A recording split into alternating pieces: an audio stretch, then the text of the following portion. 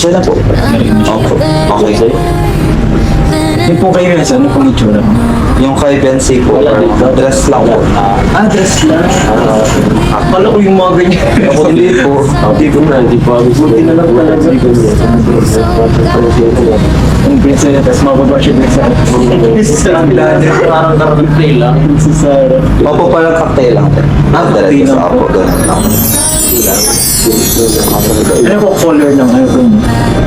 Pink din po. Pink din po. Plus kay pink.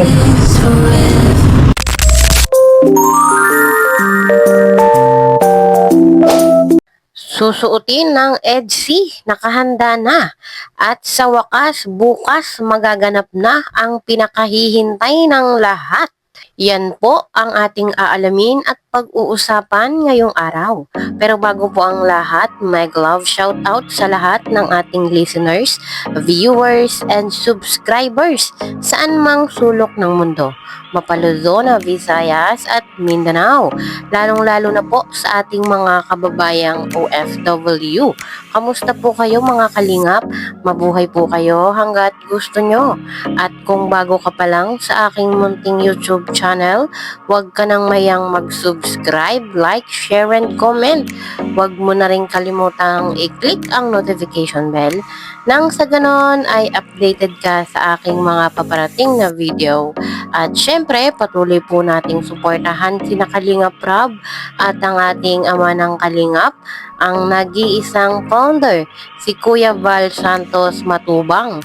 Kung maaari po ay no skip ads nang sa ganon ay mas marami pa tayong malingap na nangangailangan.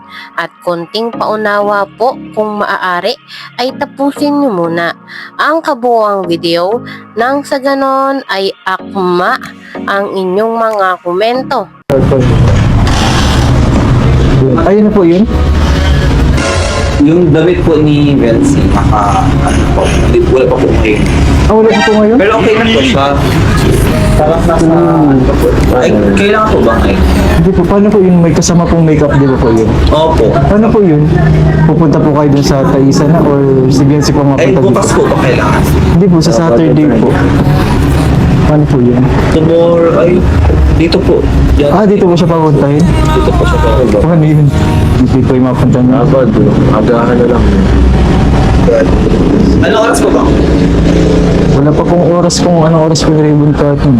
Pero baka po mga umaga po yan, mga 10 ay 11. Hindi po sige po mabayad. Ano po sa kanya? Ano po yung suot niya? Naka-ready na po? Sure po. Parang slips po na. Pink kayo na si Benzo.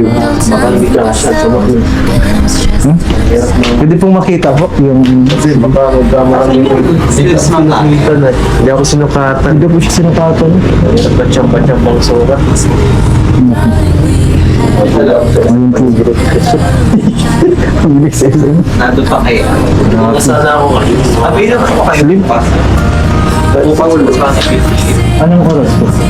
Anytime naman po. Ayun, napanood naman po natin mga kalingap na talagang excited na po ang lahat para sa gaganaping house blessings bukas. At yan nga po ay mangyayari na bukas din. At napanood naman po natin mga kalingap na talagang pinuntahan po ni Kalingap JJ at ni Papa Edge yun pong kanilang susuotin para bukas. At yun pong kanilang pagsusuot ng dress ay request po ng ating mga sponsor. At hindi naman po ito yung bongga na dress. Ito po ay simpleng dress lang. Hindi naman po ito yung iniisip natin na gown. Yung kay Papa Eds ay simpleng long sleeve lang din na magkapareho sila ng kulay. Ito po ay kulay pink tulad po nung napanood nyo doon sa aking intro kanina. Yung kay Viancy ay long dress na kulay pink at ang plano nga po ay bukas ay pabababain po si Viancy doon sa may hagdan. So para pong princess talaga ang datingan, parang prinsesa. Kaya po lahat ay excited na kahit po yung ating mga kalingap, sina Kuya Val, si Kalingap Rob ay busy para po sa ribbon cutting bukas. At ilan po sa ating mga sponsor at supporters ang pupunta doon para masaksihan mismo ng kanilang mga mata ang pag-ribbon cutting, ang pinakamalaking pabahay, pinakamahal at pinakamagandang pabahay ng Kalingap. Grabe, ano po mga Kalingap, kung babalikan po natin yung dati, kung magbabalik tanaw tayo, talagang nabago po talaga yung buhay ni Viancy at ng kanyang pamilya. Talagang pinagpala, sobrang blessed po ni Bibi Viancy at nagkaroon po siya ng mga sponsor na talagang hindi po nagsasawang tumulong. At alam naman po natin mga Kalingap na yun pong pabahay ni Kalingap Rab ay hindi po magiging ganun kalaki, hindi po magiging ganun kaganda kung wala po yung ating mga mabubuting sponsor. At saksi po tayong lahat mga Kalingap kung paano po nabago ng Kalingap ang buhay ni Bibi Viancy. At bukas sa wakas ay matutunghayan na natin ang pabahay ng Kalingap, ang bahay na pinagtulong-tulungan ng Kalingap at ng ating sponsor. Saksi po tayong lahat mga Kalingap kung paano po nalingap ng Kalingap si Bibi Viancy. At sa totoo lang po mga Kalingap, hindi ko ma-express yung aking nararamdaman para po dito sa pamilya Batalero. Ako'y naiiyak na natutuwa na nakakataba ng puso. Sa wakas ay matutunghayan na natin ang pinakahihintay nating house blessings.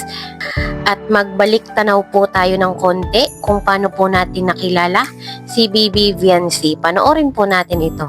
Bakit malungkot ka ba? Parang malungkot ka ngayon, Viancy. Mata mo parang medyo naluluha ka. Masaya lang po at nandito na po kayo. Masaya Masaya ka po. lang kasi napunta ka Opo. ng team ko. Isang mag-aaral na naglalabada para lang makapagtapos. Di paano yung pambaon mo, allowance mo, paano yun? Nakikilabada po. Natulong po ako kay mama. Naglalabada ka rin? Grabe. Ibang damit yun. Opo. Binabayaran po. Naninirahan sa lumang bahay na ito na pag-aari ng kanyang lola dahil nagiba na ang kanilang tunay na bahay. Siya ay naglalakad ng 2 oras pauwi mula sa kanyang paaralan dahil wala nang maipamasahe. Sa iyong pamilya. 4,000 pesos. Salamat po. Parang naiiyak ka. Wala kayo. Sobrang kinap. Maraming salamat po. Hinga po yan. Matagal-tagal na po yun ang budget nila. Hindi ka po mag-isa lang nag-ano. Ito po ang kwento ng buhay ni Viancy, isang kabataan din na may pangarap maiahon ang kanyang pamilya sa kahirapan.